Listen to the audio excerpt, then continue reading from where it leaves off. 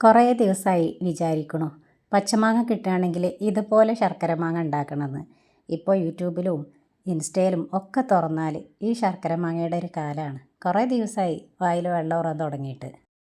പച്ചമാങ്ങ കിട്ടിയ ഉടനെ തന്നെ തൊലിയൊന്നും കളയാതെ നീളത്തിൽ അരിഞ്ഞെടുത്തു. 2 ശർക്കര കഷ്ണം ഉണ്ടായിരുന്നു.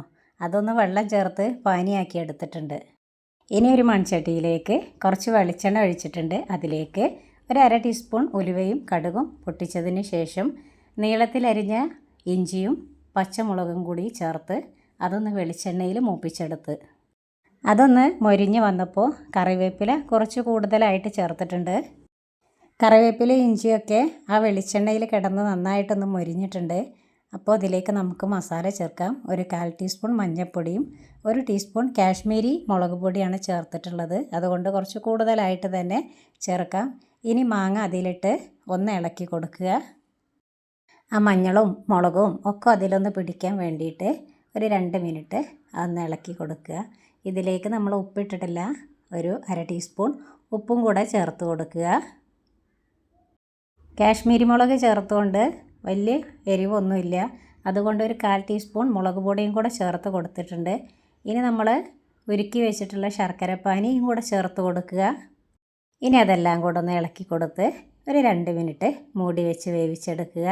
കൂടുതലായിട്ട് വെന്ത കുഴയൊന്നും വേണ്ട, ചെറുതായിട്ടൊന്ന് വെന്താൽ തന്നെ മതി. അതിനിടയിൽ നമുക്കൊരു സംഭവം കൂടി ഉണ്ടാക്കാനുണ്ട് കേട്ടോ. പാൻ ചൂടായതിന് ശേഷം അതിലേക്ക് 1/2 ടീസ്പൂൺ കടുകും 1/2 ടീസ്പൂൺ ഉലുവയും 1 ടീസ്പൂൺ കുരുമുളകും കൂടെ ചേർത്ത് ചെറുതായിട്ടൊന്ന് വറുത്തെടുക്കുക. അതൊന്ന് ചൂടായതിന് ശേഷം ഇതുപോലെ ഒരു അമ്മിക്കല്ലിലിട്ട് ഒന്ന് പൊടിച്ചെടുക്കുക. മസാലപ്പൊടിയൊക്കെ നന്നായിട്ടൊന്ന് പൊടിഞ്ഞിട്ടുണ്ട്. ഇനി ഇത് മുഴുവനായിട്ടൊന്നും ചേർക്കണ്ട കേട്ടോ. ഇതിൽ നിന്ന് 1 ടീസ്പൂൺ എടുത്താൽ മതി. അപ്പോഴേക്കും നമ്മുടെ മാങ്ങ നല്ല സ്മെല്ലൊക്കെ വരുന്നുണ്ട്. മാങ്ങയും ശർക്കരയും കൂടെ ആ വെന്തൊരു നല്ല സ്മെല്ല്. അതിലേക്ക് നമ്മൾ പൊടിച്ച് വെച്ച ഉലുവ, കടുക്, കുരുമുളക് മിക്സ് ചേർത്ത് കൊടുക്കുക. കുറച്ച് കായപ്പൊടിയും കൂടെ ചേർത്ത് നന്നായി ഒന്ന് ഇളക്കി കൊടുക്കുക.